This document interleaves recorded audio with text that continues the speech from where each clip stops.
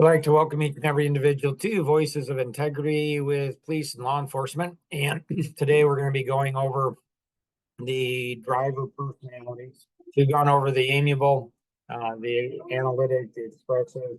Now we're going over the driver personality. So which of the four shapes did you tend to, did you choose? You chose the pyramid, or which of the things caused you most frustration, out of control, then you'd be what we refer to as a driver personality.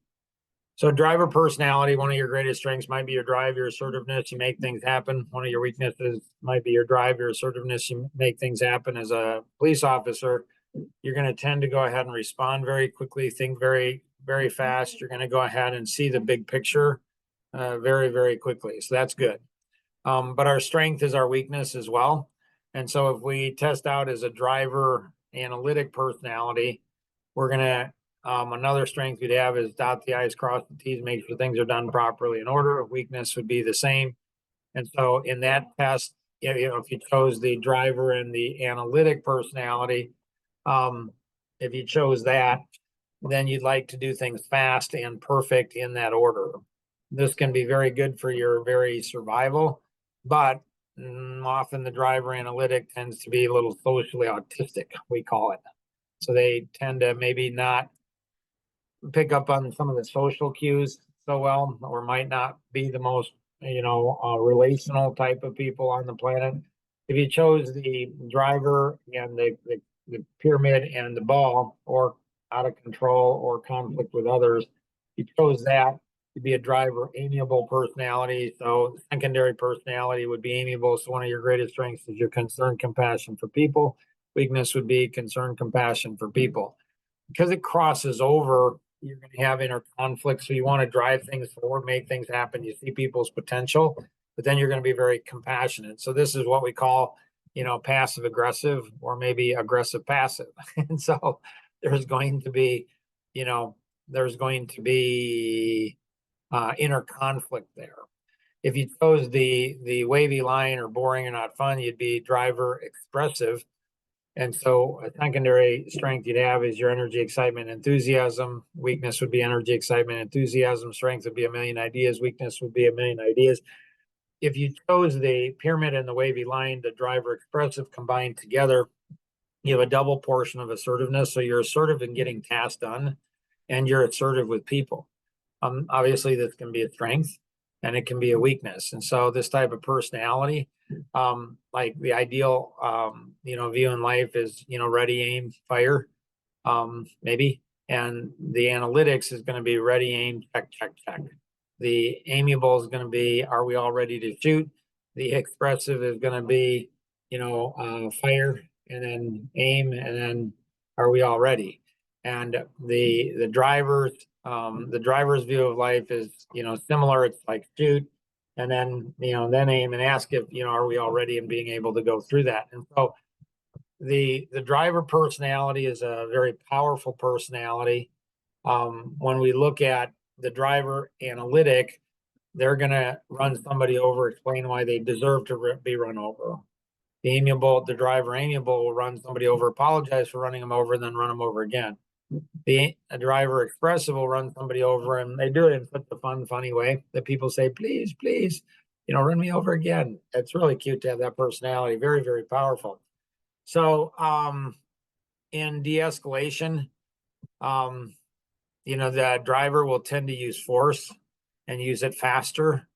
That may work really well in certain situations, but it may blow up in big time and put themselves and other people in danger. So the driver, if we're a driver personality in police and law enforcement, understanding, being self-aware, what will tend to create pain for us is when things are out of control. And so how do you gain the most control? It's often letting things out of control. And then, nature tends to just abhor that and move things into control. I'm not talking necessarily out in the field. It might be at home with your spouse. So drivers will tend to be, we tend to like people who are like us. We tend to fall in love with people who are opposite of us. So a driver will often marry an amiable personality. If you're driver expressive, you may marry an amiable analytic personality. So you seem like you're in control. You might want to believe you're in control. Might want to believe a whole bunch of things, but the amiable analytic often is controlling the driver expressive, and the driver expressive doesn't even know they're being controlled. The amiable analytic doesn't even know they're controlling. So each of the four personalities is going to have special strengths. And when we're married, when we understand these strengths and weaknesses, so if I'm a police officer and my wife is not, she may be controlling me. That may be good, or it may be bad. So again, but having an awareness of all of that is going to be really important. Kenny, we've gone over a lot of information in a very short period of time. Questions or thoughts that you have?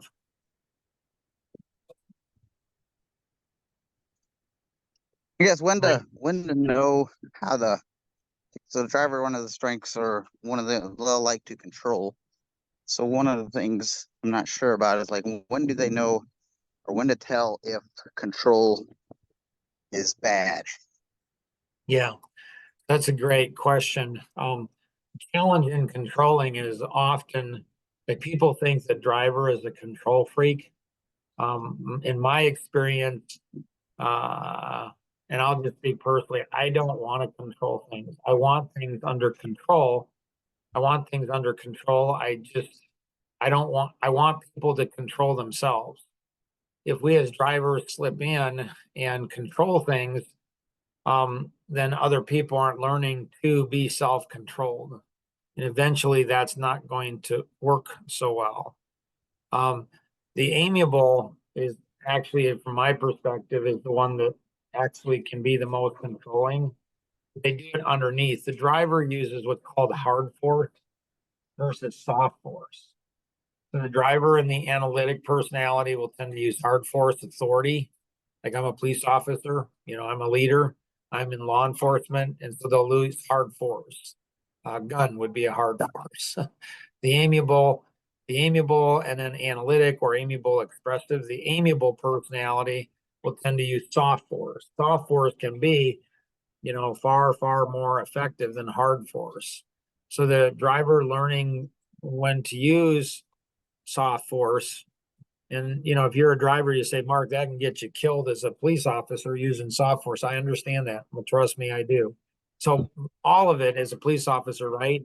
All of it can help, get you killed. You use too much force, that can get you killed. That can kill somebody else that's innocent. You use too much soft, that can as well. So I think a lot of it is just being very much self-aware, Kenny, in where we're at in law enforcement, where our personality is at, being aware of the, mental health.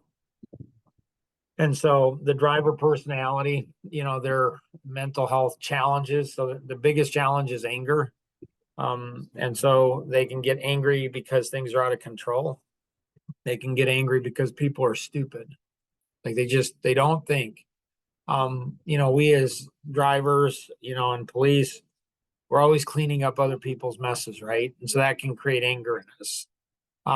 Some of the other challenges that the driver will have is defiant, poor conduct, disruptive, sexual disorders, oppositional, and physical abuse. And so being able to understand, so I'm going to be a driver analytic. When I was flying to Atlanta, every month to do a number of TV series, the owner of the TV series said, "Hey, Mark, can we go on a walk?" And I'm like, "Sure, absolutely." And so she said, "I have two questions for you." I'm like, "Okay." And she said, like, in all the interviews, all the TV shows that we've done, you've used all 6 out of the 7 kids, but you haven't used your middle daughter. One, as I was impressed with her, how's she tracking all of this? And so that changed where I just, she's middle, just did not go ahead and see that. She said I said, "That's good. Man, that's amazing." And I said, "Your second question," she says, "what happens when you get out of control?" From the superheroes, you can kind of think of the driver, the driver as being the Hulk. And then, the amiable is being Captain America. And then, the expressive is going to be Iron Man. And I don't know what the analytic could be. I guess it could be Black Widow. I'm not sure. um, and so the driver, the Hulk, they have, I told her, I said, Ruth, I said, I don't ever remember being out of control, but I can tell you if I was, it would not be a pretty situation. So the driver, it's very, very important, especially men that are drivers. It's very, very important that you're under control of yourself first and foremost, especially in law enforcement. You have guns, you have authority. And so, anyways, it's not easy. Other thoughts or questions, Kenny? No, I don't think so. That makes a lot of sense. Cool. So, most podcasts, you kind of jump on and say, oh, that was pretty cool. That was interesting. Make sure you're doing something with what you learned. Like, okay, what did I learn and how am I going to change? How am I going to go ahead and do it?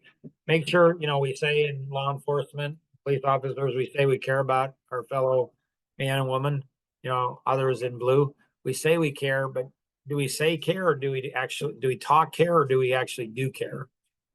And so do care it's not talking, it's actually doing something. So if you care about somebody else, if you care about somebody else, don't talk that you care about your partner or other people on the force or other people, or spouses, or kids.